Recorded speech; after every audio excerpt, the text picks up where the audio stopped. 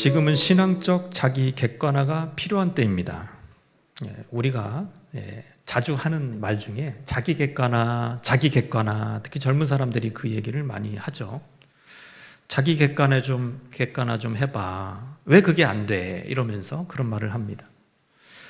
자기 객관화가 안 됐다라는 것은 자기가 보고 싶은 것만 보고 듣고 싶은 것만 듣고 알고 싶은 것만 아는 편향적인 사고의 이미 틀을 가지고 있는 사람을 향해서 그런 말을 하는 겁니다.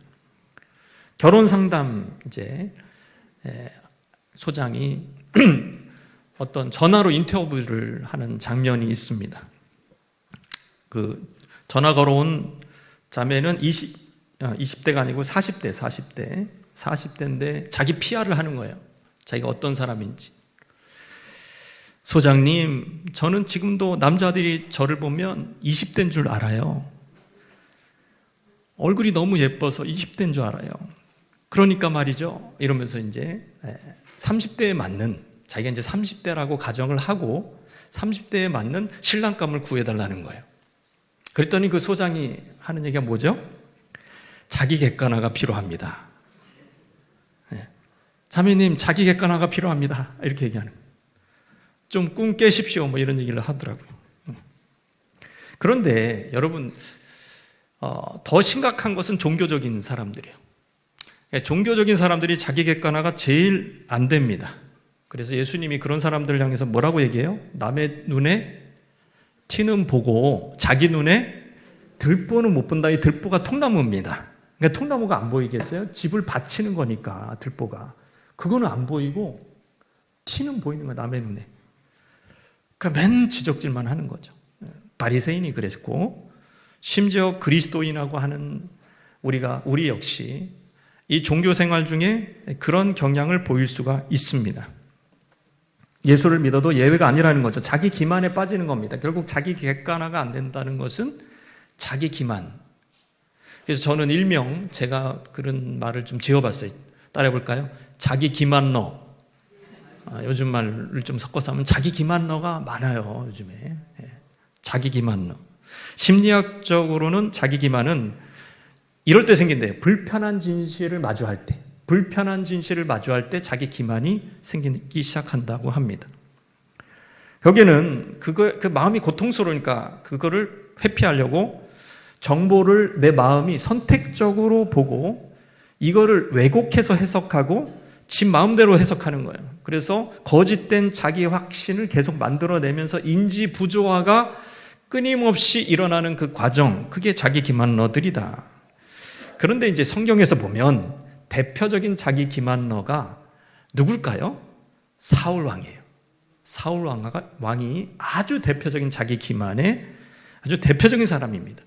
자기 불순종으로 인해서 이미 왕위를 뺏겼어요. 그 진실을 직면하려고 하잖아요. 오히려 자기의 다음이 될 다윗을 잡아놓고 또 죽이려고 합니다.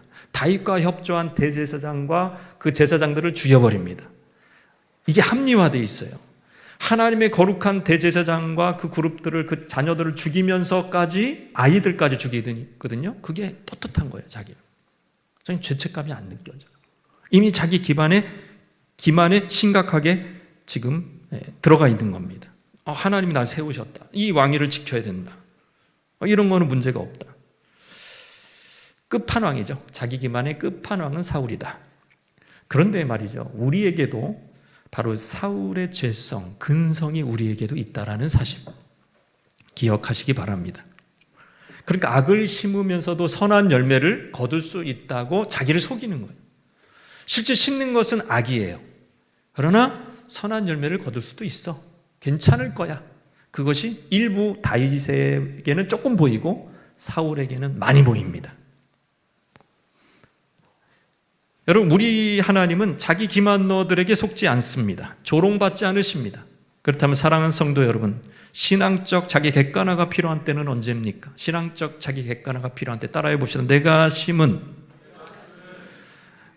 작은 죄는 아니죠. 하여튼 죄가 그대로 거두어질 때, 뿌린 대로 거둘 때 그때 빨리 깨달아야 되는 거예요. 내가 객관화가 안 됐구나. 내가 신앙적 객관화가 안 됐구나. 내가 지금 뭘 거두고 있구나. 내가 뿌린 거구나. 내가 뿌린 죄가 거두어지고 있구나. 여러분, 이것이 하나님을 가장 역사상 잘 믿는다고 하는 다윗에게도 일어난 일입니다. 1절 말씀입니다. 시작. 그때 블레셋 사람들이 이스라엘과 싸우려고 군대를 모집한지라 아기스가 다윗에게 이르되 너는 밝히 알라. 너와 내 사람들이 나와 함께 나가서 군대에 참가할 것이니라. 그때는 언제냐면 다윗이 시글락에서 이제 잘 살고 있을 때요. 어떻게 하면서? 거짓말하면서. 그래서 이제 하나님의 사명도 이루고 아기스에게도 충성하고. 그러니까 이스라엘의 원수인 사막 민족들, 아말렉 같은 민족들을 쳐 죽여요.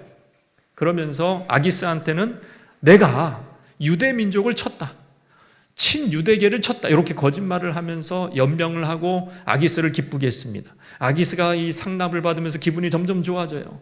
다윗을 높이고 싶어해요. 그러면서 이렇게 얘기합니다. 이제 블레셋과 이제 지금 해가 돌아와서 전투를, 블레셋이 왕이 아기스니까 이스라엘과 전투를 하려고 하는데 네가 참전해라. 아주 노골적으로 요구합니다. 다윗, 너와 너 용사들이 참전하면 좋겠어. 여러분, 이게 무슨 청천벽력과 같은 소리입니다. 다윗에게. 왜? 여러분, 하나님의 기름 부음 받은 다윗이잖아요. 하나님의 기름 부음 받은, 왜 받았어요? 하나님의 백성을 다스리라고. 지금 그런데 하나님의 백성을 다스려야 할 왕이 될 사람이 지금 뭐 하라는 거예요?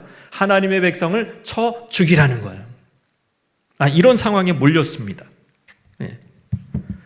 만약 그랬다가는 실제 전쟁이 일어났고 다윗이 이스라엘 백성을 친다 그러면은 왕이 되기는커녕 고국으로도 못 돌아가요. 자, 이런 위기, 아주 지금까지 다윗의 인생에서 최대 위기입니다. 이게 골리앗 사건보다 더 큰 위기예요. 이런 일이 일어났다. 이런 예상치 못한 다윗은 여기까지 예상치 못했단 말이에요. 이렇게 대답합니다. 애매하게. 2절 시작. 다윗이 아기스에게 이르되 그러면 당신의 종이 행할 바를 아시리. 아니 아기스가 다윗에게 이르되 그러면 내가 너를 영원히 내 머리 지키는 자를 삼으리라. 조금 애매하게 이중적인 어떤 어법으로 좀 넘어가려고 한 거예요, 다윗은. 그러나 그것을 흔쾌히 받아들이는 신호로 아기스는 생각하고 다윗을 뭘로 삼아요? 자기 머리 지키는 자. 이 머리가 뭡니까? 생명입니다. 자기 목숨 지키는 자, 경호대장으로 삼겠다는 거예요. 청와대 경호실장으로 삼겠다는 거예요. 그러면 지금 이제 끝난 거예요. 이제 블레셋이 이제 전열을 가다듬고 이스라엘과 싸울 때 제일 최전선에, 제일 왕 옆에 누가 서 있어요? 다윗과 그 용사들이 서 있는 것을 자기 백성들, 하나님의 백성들이 볼 거 아닙니까? 언약 백성들이 볼 거 아닙니까? 이게 끝난 거예요. 다윗은 지금 큰 위기에 빠진 겁니다. 아기스는 너무 이제 다윗이 좋아할 거라고 생각하죠. 왜? 여러분, 대기업에서 상무, 전무 승진하는 것, 임원 승진하는 것 마다할 사람이 대기업 직원이라면 있을까요, 없을까요? 전혀 없겠죠. 그런 상황이에요. 다 나 머리 지키는 사람 되고 싶어해. 아기스의 군대에서 한 사람 인터뷰 한번 해봐. 다 머리 지키는 사람 되고 싶으면 너가 해. 나 너 좋아해. 난 널 믿어. 야, 그러니까 남한테 인정받는다는 것이 이렇게 고통스러운 일이 없다. 다윗에게는 그냥 하나님께만 인정받았으면 좋겠는데 이게 사람한테 인정을 받은 거, 이방 왕한테 뭐부터 잘못됐을까요? 하나님의 뜻이 아니었던 거예요. 이방 왕한테, 이방 왕 블레셋한테 여러분 망명을 하고 그 그늘 아래 들어가서 여러분 이스라엘의 대적, 하나님이 멸하라고 하는 그 대적 블레셋 가운데 들어가서 망명한 것 자체가 하나님의 뜻이 아니었다라는 것을 정확하게 보여주는 거죠. 왜 그러냐 하면 지금 이 위기뿐만 아니라 이후에 무슨 일이 일어납니까? 시글락이 불타요. 자기가 아끼는 가족, 새로 결혼한 그 아내들 다 뺏기고요. 모든 재산을 몰수당합니다. 그런 일들이 곧 일어납니다. 하나님 기뻐하지 않았던. 차라리 여러분, 다윗이 좀 경제적으로 힘들어도 유대 땅에 거했더라면 어떻게 됐을까요? 그냥 도망은 다녔겠지만 이런 흉악한 일은 안 일어났다. 왜 이런 일이 일어났을까요? 슬쩍슬쩍 뭘 뿌린 거예요. 그리고 다윗도 스스로 속이는 거예요. 왜? 이 거짓말로 인해서 나는 이스라엘의 원수인 사막 민족을 죽이고 있어. 근데 이건 들키면 안 되니까 아기스 왕한테는 거짓말하고, 이런 상황을 스스로 만들어낸 거죠. 갈라디아서 6장 7절 말씀입니다. 시작. 스스로 속이지 말라. 하나님은 업신여김을 받지 아니하시냐니 사람이 무엇으로 심든지 그대로. 왜 하나님은 스스로 속이지 말라고 얘기합니까? 우리로 기만하지, 기만너가, 자기 기만너가 되지 말라고 왜 얘기합니까? 하나님은 네가 자기 기만을 해서 하나님을 속여도, 하나님을 조롱해도 하나님은 조롱받지 않으시는데 왜 그러냐? 너가 뿌린 대로 그대로 거두게 하실 거기 때문에. 되게 무서운 말씀입니다. 하나님은 조롱받지 않아. 하나님은 괜찮아. 너가 문제일 거야. 네가 그런 식으로 뿌렸어. 죄를 뿌렸어. 그러면 네가 당할 거야. 하나님은 전혀 영향받지 않아 라고 얘기하는 겁니다. 하나님은 타격감이 제로야. 하나님은 네가 아무리 그래봐야 하나님 조롱받지 않아. 전혀 무시당하지 않아. 하나님은 업신여김 당하지도 않아. 네가 문제가 될 거야. 네 앞길이 가로막힐 거야 라고 얘기하는 거야. 네가 그걸 뿌렸기 때문에. 그러니까 여기서 우리는 자기 객관화를 해야 된다는 거예요. 영적인 자기 객관화를 해야 된다는 거예요. 내가 뿌린 대로 거둘 때 아차, 이거 내가 사울처럼 신앙생활하는 거 아닌가? 라고 하면서 빨리 돌이켜야 된다는 거예요. 지금 다윗의 지금 이 훈련시키는 하나님의 방법하고 사울을 지금 이 대하는 하나님의 방법, 사울을 사실 고쳐보려고 하는 하나님의 방법하고 전혀 다릅니다. 그러니까 사울은 되게 유복한 환경인데 신앙이 못된 거고 중심이 못된 거고, 지금 다윗은 중심은 바른데, 중심은 하나님을 사랑하고 중심은 하나님을 경외하는데 환경이 개떡 같은 거죠. 여러분 그런 거를 경험해 보지 않습니까? 여러분 나 하나님 정말 잘 믿고 하나님 의지하고 기도도 많이 하고 마음도 깨끗해. 뭐 아무런 거리낄 게 없어. 그런데 환경은 거지 같다는, 진짜로 거지 같은 삶을 살았다니까요, 다윗이. 그러니까 지금 내가 하나님을 잘 믿으면 거지 같은 상황이 돼야 돼요. 지금 사울과 같이 떵떵 누리는 그런 왕궁에서 막 대접받고 그런 삶을 살아야 돼요. 대접받는 삶을 살아야 되잖아요. 영광스러운 삶을 살아야 되는데 삶이 사막에서, 아니 그냥 광야에서 쫓겨다니면서 굴에서 살고, 여러분 너무 비참한 거예요. 사울이 볼 땐, 다윗이 볼 땐. 잘 믿어요. 하나님 경외해요. 그러나 경제적인 삶은 형편없기 때문에 그거에 대한 여러분 대응으로서 하나님의 뜻을 살짝 어긴 거죠. 네. 다윗이 워낙 좋은 평가를 받아서 이 부분을 좋게 보는 사람도 있을 수 있지만 학자들은 전혀, 성경학자는 그렇게 보지 않습니다. 이거는 완전히 다윗의 실책이다. 다윗의 실책이다. 우리도 영성이 좋을 수 있어요. 마음이 깨끗할 수 있어요. 하나님은 잘 믿을 수 있어요. 근데 문제는 삶이 괴로워. 이럴 때 다윗을 생각하십시오. 이럴 때 다윗을 생각하세요. 우리 또 젊은 사람들일수록 더 돈이 없고 더 힘들잖아요. 그러면 다윗을 생각해야 돼요. 그때 어떤 타협이 없이 나는 무엇을 섬길 것인가. 죄를 지으라고 하는, 뭐 회사에 취직했는데 빨리 죄를 짓는 환경이야. 단호하게, 거기서 단호하게 하셔야 됩니다. 거기서 그냥 경제적인, 저게 찍히면 어떡하지, 저 상사한테 찍히면 어떡하지, 그래서 따라가자는데 다 따라가고, 죄 지으라는 거 다 죄 짓고. 여러분 하나님이 안 도와주십니다. 그거는 나쁜 것을 심는 것이. 끝까지 하나님을 믿으시고 경제적으로 어려운 환경이라도 승리하시길 주님의 이름으로 축원합니다. 두 번째, 신앙적 자기 객관화가 필요한 때는 뭐냐? 따라해보세요. 평소 당연히 여겼던 은혜마저 끊어질 때. 이건 당연한 은혜야. 이 왕한테, 사울 왕한테 당연한 은혜가 있었거든요. 그게 끊어져요. 그러면 지금 신앙적으로 지금 빨리 깨달으라는, 자기 객관화하라는 메시지입니다. 2절 말씀입니다. 2번이 3절 말씀입니다. 시작. 사무엘이 죽었으므로 온 이스라엘이 그를 두고 슬피 울며 그의 고향 라마에 장사하였고 사울은 신접한 자와 박수를 그 땅에서, 이 당시에 그랬다는 얘기 아니라 2년 전에 그랬다는 얘기예요. 이게 대과거형입니다. 히브리 어법으로도 대과거형이에요. 그러니까 지금 사무엘이 1, 2년 전에 죽었어요. 그때 많은 백성들이 슬퍼했어요. 그때 이제 사울 왕의 종교 정책이 바뀝니다. 어떤 종교 정책을 쓰냐면, 이 땅에 박수무당, 신접한 여자, 이렇게 무당들 있잖아요. 점쟁이들 있잖아요. 그런 사람들을 이스라엘 땅에서 다 쫓아내라는 종교 정책을 썼단 말이에요. 실제로 쫓아냈고. 잘했어요, 못했어요? 잘한 겁니다. 이거는 모세율법 토라의 신명기 18장에 나오는 말씀입니다. 요술쟁이, 길흉을 말한 점쟁이, 무르기 세검정 골짜기에 지금 많잖아요. 아, 이렇게 산이 아주 자연환경이 좋다고 올려보면 거기에 딱 뭐가 있어요. 뭐 그런 절이 아닌 것 같아요. 제가 볼 때. 길흉을 말하는 절이지. 길흉을 말하는. 요수라는 박수무당. 예? 홀령을 불러내는 초혼자. 그러니까 저기 앞에도 큰 절이, 여기 바로 건너편에 큰 절이 있어요. 여기 오래 사셨던 분이 하는 얘기가 저기서는 초혼을 했대. 오래전에 초혼을 하는 곳이었대. 저기. 제가 똑똑히 들었어요. 그래서 막 그 굿하면서 초혼을 하는 곳이었대. 여기가. 여러분, 그게 이스라엘 땅에서 용납하지만 쫓아내라는 신명기 말씀을 여러분 그대로 사울이 순종했어요. 잘했어요? 못했어요? 잘했죠. 그러나 사울이 막상 위기에 닥치자, 위급한 일을 당하자 아주 실망스러운 행동을 하는데요. 4절 5절 말씀입니다. 4절 5절 시작. 블레셋 사람들이 모여 수넴에 이르러 진침해 사울이 온 이스라엘을 모아 길보아에 진쳤더니 사울이 블레셋 사람들의 군대를 보고 용기를 생긴 게 아니라 두려워서 벌벌 떤 겁니다. 벌벌 떨었어요.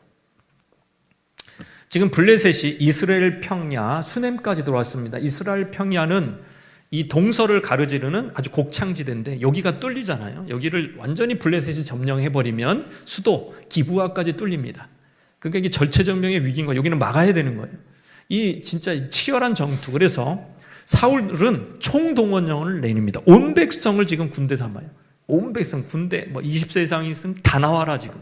이런 상황이에요. 자, 이런 상황에서 사울의 군대를 보니까는 그래도 못 이길 것 같은 게 들었나 봐요. 뭔가 직감이 왔나 봐요.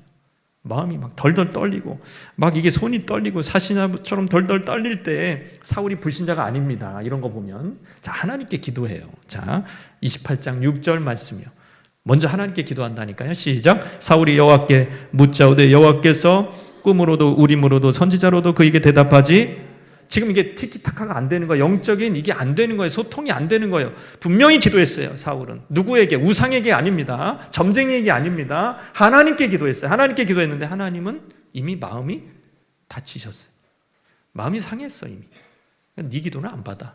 이러면서 꿈으로도 여러분 세 가지 그 당시에 합법적인 신탁 전달 방식이 신령한 꿈. 또 하나는 대제사장이 입고 있는 에봇을 통해서 거기에 들어있는 우림과 둠밈을 통해서 여러분 이제 하나님의 뜻을 알려줘요. 마지막으로는 선지자가 대언을 해줍니다. 이 세 가지가 다 안 되는 거예요. 지금 애가 지금 타서 지금 내일 이 전투가 어떻게 될 건지 지금 하나님의 뜻을 알고 싶은데 어떤 방법으로도 안 가르쳐 주는 거예요. 그러면은 그때 영적인 자기 객관화가 된 사람은 어떻게 합니까? 펑펑 울면서 다윗처럼 시편 51편 막 짓고 내가 주의 신을 떠나 또 어디로 갑니까? 또 다른 신편처럼. 그럼 울며 이렇게 해야 되잖아요. 사울은 어떻게 했어요? 하나님께 기도해서 이렇게 문을 두드리니까 안 열려. 이 문이 안 열려. 그러니까 어떻게 했어요? 계속 하나님 앞에 막 그냥 엎드려가지고 절 죽여주소서. 막 이러면서 막 울면서 막 그냥 그 하나님의 집 앞을 떠나지 않으면서 계속 두드렸어요. 딴 걸로 갈아탔어요. 싹 갈아타잖아요. 이거 보세요. 갈아타잖아요. 사울의 기도는 거절됐습니다. 하나님 없이 무서운 전장에 나가는 그게 너무 싫어가지고 어떻게든 나는 뭘 받아야 되겠어. 나는 메시지를 받아야 되겠다고 이러면서 어떻게 하냐면 무당을 찾아갑니다. 7절 말씀입니다. 시작. 사울이 그의 신하들에게 이르되 나를 위해 신접한 여인을 찾으라. 내가 그리로 가서 그에게 물으리라 하니 그의 신하들이 그에게 이르되 보소서 엔돌에 신접한 여인이 있나이다. 신통방통한 여인을 엔돌에서 찾습니다. 여러분 엔돌이 어디냐면 블레셋 진을 지나쳐야 돼요. 엔돌이 지리적으로. 여러분 그러면은 여러분 가기가 쉬워요, 어려워요? 사울이. 그 어려우니까 변장을 하고 밤에 신하 딱 둘 데리고 갑니다. 블레셋에 안 걸리려고. 여러분 그렇게 위험한 짓을 해요, 사울이. 왜? 자기가 목적하는 바가 있는 거예요. 사무엘을 불러 올리려고 하는 거예요. 죽은 사무엘을 불러 올려서 사무엘의 메시지를 꼭 들어야만 되겠다. 그러면 자기가 살겠다라는 그런 확신이 있었던 거예요. 그러면 그 전에 막 예배도 드리고 무당도 내쫓고 기도도 했던 게 다 뭐예요? 그 신앙이 형편없다라는 것을 보여주는 거잖아요. 결국 이 사람은 누구를 의지하고 있냐?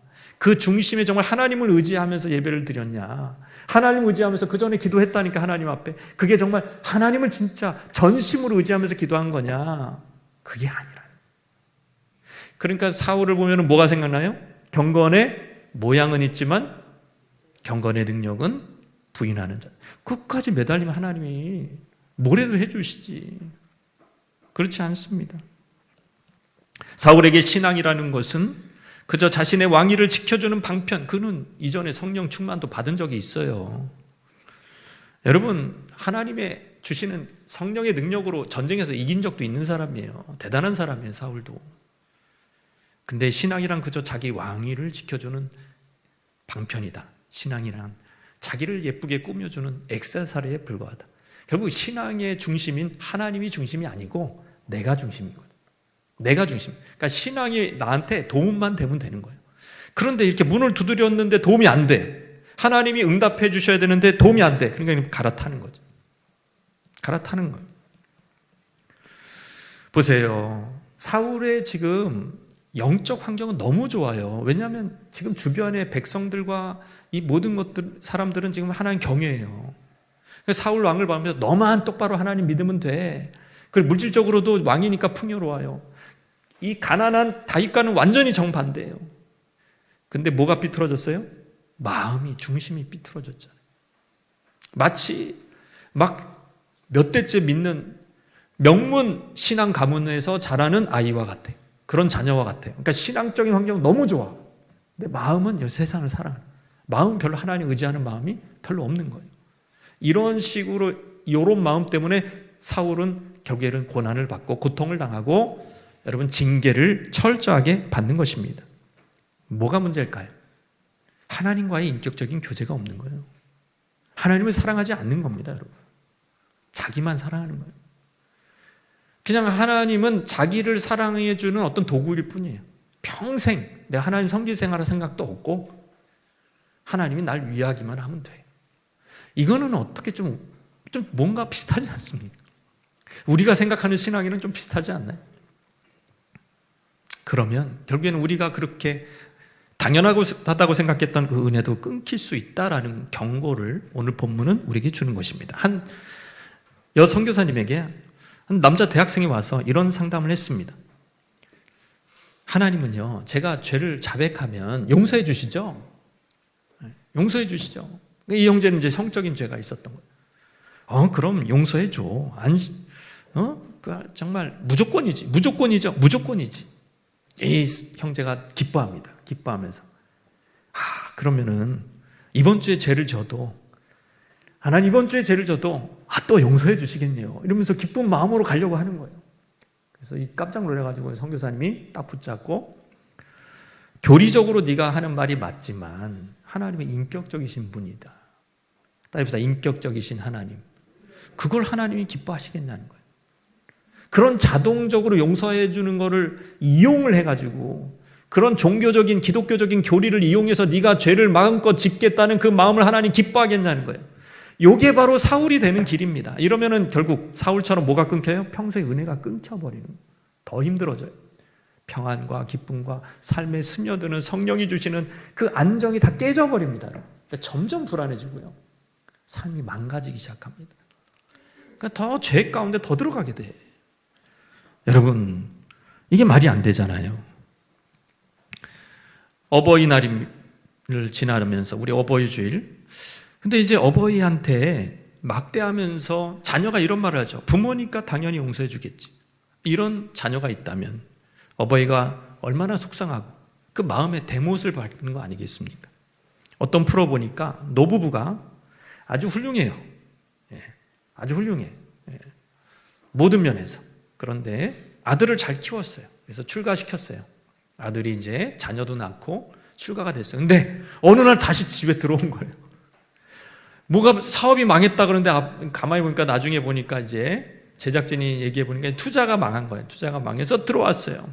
들어왔는데 뭐 7년이 지나도 나갈 생각도 안 하고 일단 생활비를 전혀 안 내. 생활비를. 둘 다 버는데 생활비를 안 내. 그러면서 이제 이 생활비를 다 노부부가 감당을 해야 돼. 여러분 얘기하는 거 아닙니다. 잘 모릅니다. 노부모가 막 감당을 해야 돼. 그러니까 이제 막 얼굴이 다 힘들어지는 거예요. 이걸 어떻게 감당하나. 계속 마이너스고 이거 어떻게 감당하나. 나갈 생각을 안 해요. 그래서 막 인터뷰를 합니다. 어떻게, 계획이 어떻습니까? 저는 이제 부모니까 그냥 당연히 뭐 그럴 수도 있죠 이렇게 넘어가더라고요. 아니 그런 식으로 말을 하더라고. 그럼 내 부모님이니까 괜찮겠죠? 뭐 이런 식으로 넘어가는 거예요. 와, 그렇게 생각하는구나 부모를. 그 부모는 감당을 해요. 근데 마음의 못이 박히는 겁니다. 그 자녀니까 자녀가 저렇게 못된 생각을 가져도 감당은 해. 감당은 하지만 기쁠까요? 안 기쁠까요? 전혀 안 기쁘고. 그래서 솔루션을 줘요. 전문가들이. 빨리 경제적으로 손절해라. 빨리 내보내라는 거예요. 그게 솔루션이에요. 그래서 손절 당해야 돼요. 결국에는. 그래야 이 아들도 이 부부도 가정도 살 수가 있는 겁니다.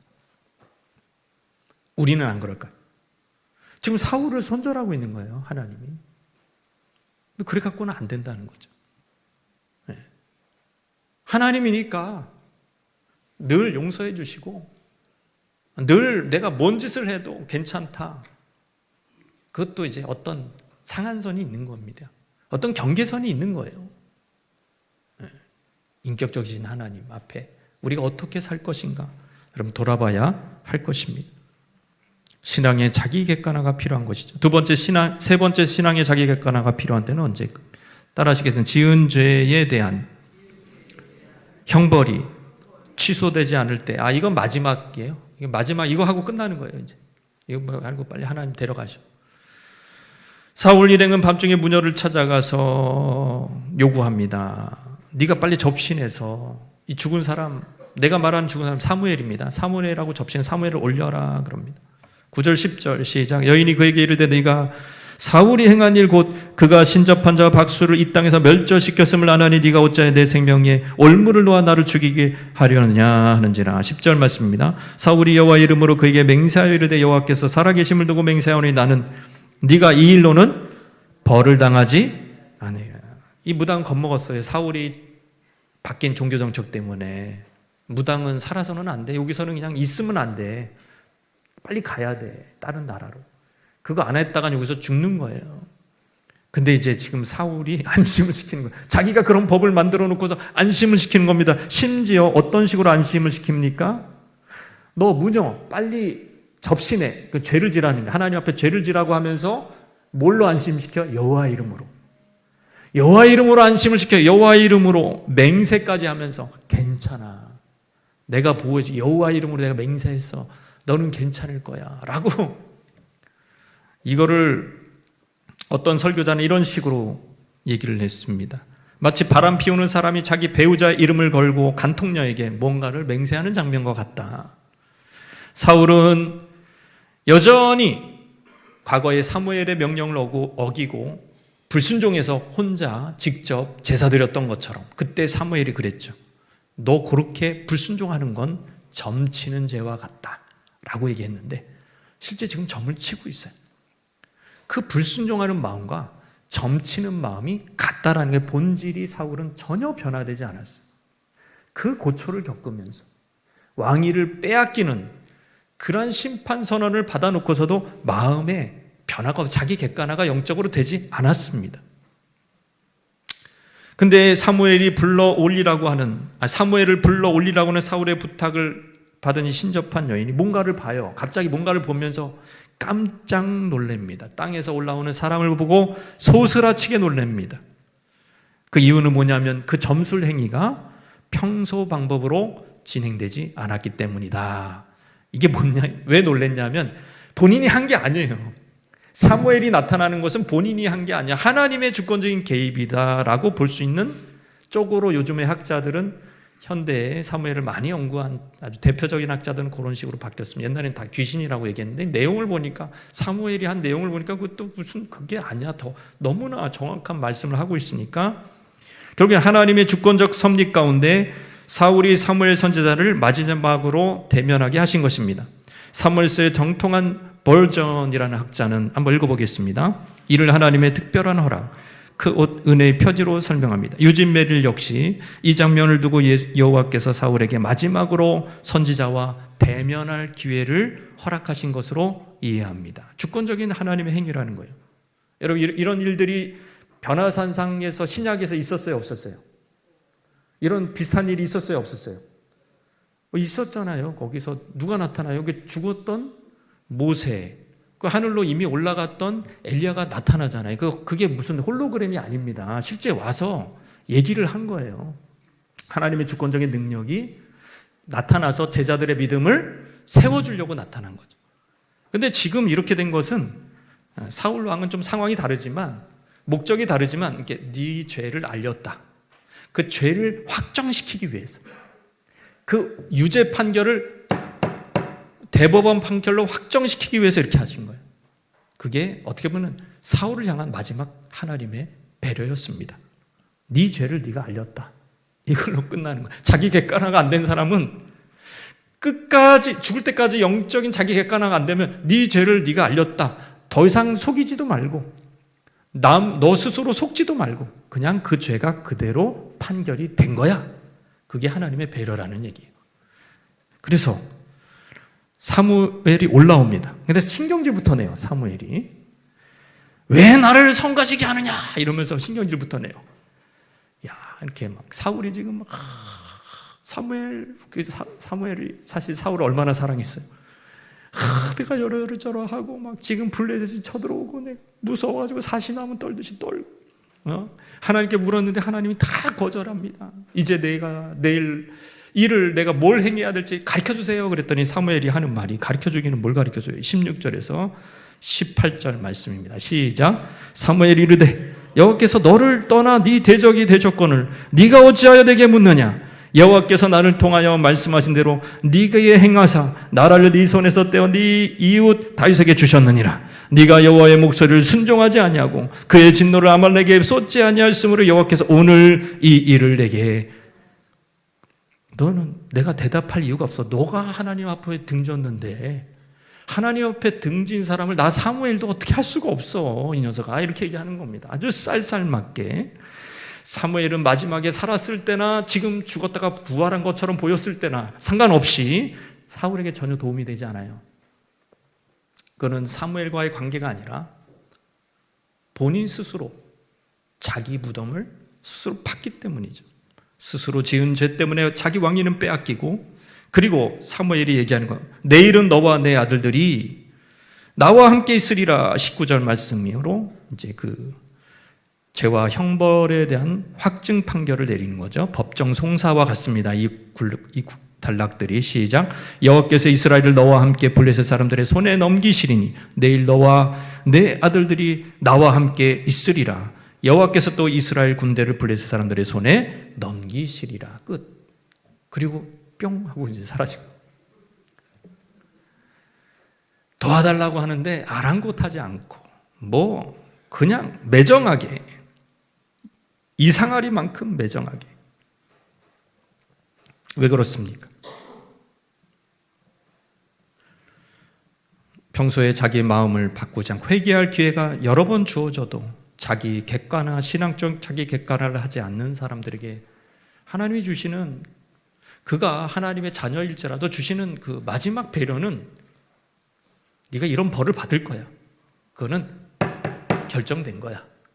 취소할 수 없어. 끝하고 가버리시는 거예요. 얼마나 매정해요. 네. 성경은 이 부분에 대해서 최종 판결을 내리지 않습니다. 그러니까 사울이 구원받았는지 안 구원받았는지 뭐 그런 얘기 하지 않아요. 사울의 이야기에서 우리가 먼저 물어야 할 질문은 이거예요. 사울이 천국에 갔느냐 지옥에 갔느냐가 아닙니다. 주된 이야기의 초점은 성경을 통해 사울을 통해 성경이 우리에게 묻는 질문은 이런 겁니다. 한번 읽어볼까요? 하나님께서 주신 축복과 권세로 무엇을 했는가? 그 권세를 가지고 하나님의 명령을 순종하고 맡겨진 직분에 충성했는가? 아니면 그 권세를 자기 안전과 자기 방어를 위해 사용하고 약한 자를 짓밟으며 하나님마저 자기 목적에 이용하는 자기 기만 속에서 살아갔는가? 그거를 묻고 있는 거예요. 구원받았냐 안 받았냐? 뭐하러 물어요? 하나님이 주신 젊음, 하나님이 주신 시간, 하나님이 주신 재정, 하나님이 주신 가족, 하나님이 주신 직장, 하나님이 주신 모든 걸 가지고 뭘 했냐? 그 권세를 가지고 하나님께 영광을 돌렸냐? 그거 묻고 계시는 거예요. 왜 여전히 교회 다니는 사람들이 무당집에 갑니까? 왜 점집에 갑니까? 왜 세검정 골짜기에 찾아옵니까? 사울과 똑같은 거예요, 마음이. 삶이 개판 5분 전인 거죠. 무슨 얘기냐? 삶은 불순종이에요. 그러니까 하나님의 임재가 떠나, 하나님이 평강을 주시지 않아, 하나님 말씀을 주시지 않아, 그냥 예배를 드려도 냉랭해, 목사님 말씀이 들어오지 않아, 기도를 해도 뭔가 감동이 없어요. 이런 사람들은 감동이 없어. 왜? 삶이 개판 5분 전이니까. 하나님이 기뻐하지 않는 삶을 계속 사니까. 그러면 어떻게 됩니까? 이게 하나님 앞에 구하고 기도했는데 이용 가치가 떨어지는 거예요. 하나님에 대한 이용 가치가 떨어지니까 어떻게 하는 거예요? 뭐야, 나 무당 갈래. 무당한테 갈래. 무당한테 가서 묻는 거예요. 무당한테 가서 이 세검정 골짜기에 찾아와서 점치는 거죠. 여기 점치는 사람들 중에 과거에 교회 다녔는지 물으면 한 30%는 나올걸요, 아마. 그러진 않겠어? 20, 30% 나오지 않겠어? 저 권사님입니다. 이렇게 나오지. 저 이래봬도 뭡니다. 이렇게 나오지 않겠네. 사울의 비극을 보십시오. 하나님을 모르지 않았습니다. 하나님의 이름을 알았습니다. 제사도 알았습니다. 율법도 알았습니다. 신접한 자와 박수를 쫓아내야 되는 것도 알았습니다. 그러나 가장 결정적인 자기 삶의 중요한 순간에 하나님의 말씀보다, 하나님보다 뭘 더 사랑해요? 자기 왕권을 더 사랑하는 거예요. 하나님이 주신 축복을 더 사랑하는 거예요. 하나님이 주신 축복을 더 사랑해. 이거 놓으면 안 돼. 하나님이 주셔서도 이거는 내 방법으로 지켜낼 거야. 자기 체면을 더 사랑하고, 자기 어떤 자존심을 더 사랑하고. 그러니까 점점 하나님께 순종하는 왕이 아니라 하나님을 대적하는 왕이 돼버렸고, 하나님을 이용하려다 안 되니까 점도 치는 왕이 돼버렸고, 그의 말로가 여러분 사울 혼자만 갔던 말로가 아니라 지금도 교회 다닌다고 하는 많은 교인들이 그 길로 가고 있다, 넓은 길로 가고 있다라는 것을 여러분이 기억하십시오. 하나님 앞에서 내가 어떻게 살아야 되는가? 하나님은 조롱받지 않으십니다. 내가 심지어 내 지금 부인도 속이고 있어. 심지어 내 남편도 속이고 있고 부모도 속이고 있어. 다 이렇게 속이고 있는데 친구까지 잘 몰라. 하나님은 못 속여요, 여러분. 우리 옆에 분에게 하나님은 못 속입니다. 우리 정신 차리십시다. 하나님은 못 속여요, 여러분. 하나님은 안 속아. 절대 조롱받지 않습니다. 그냥 심는 대로 거두게 돼 있고요. 그거에 대한 열매를 사울에게 보여주시고 계속 저는 좀 마음이 힘들더라고요. 사울을 너는 그냥 뭐 버린 왕이니까 그냥 별로 마음도 안 갔는데 이렇게 계속 이거 설교 준비를 할 때 사울을 하나님이 정말 불쌍히 여기셨구나. 사울을 여러분 그렇게 다윗과 사울의 차이가 굉장한 차이가 아닙니다. 결국 하나님에 대한 태도, 그 차이가 굉장한 차이를 결국은 만들어낸 거예요. 상황과 형편은 사울 왕이 훨씬 좋았어요. 근데 저렇게 되는구나. 하나님이 끝까지 사울을 불쌍히 여기는데 그 불쌍히 여기는 방법이 심판을 정확하게 확증 판결하는 수밖에 없는 거구나. 우리가 그런 길로 가지 아니하고.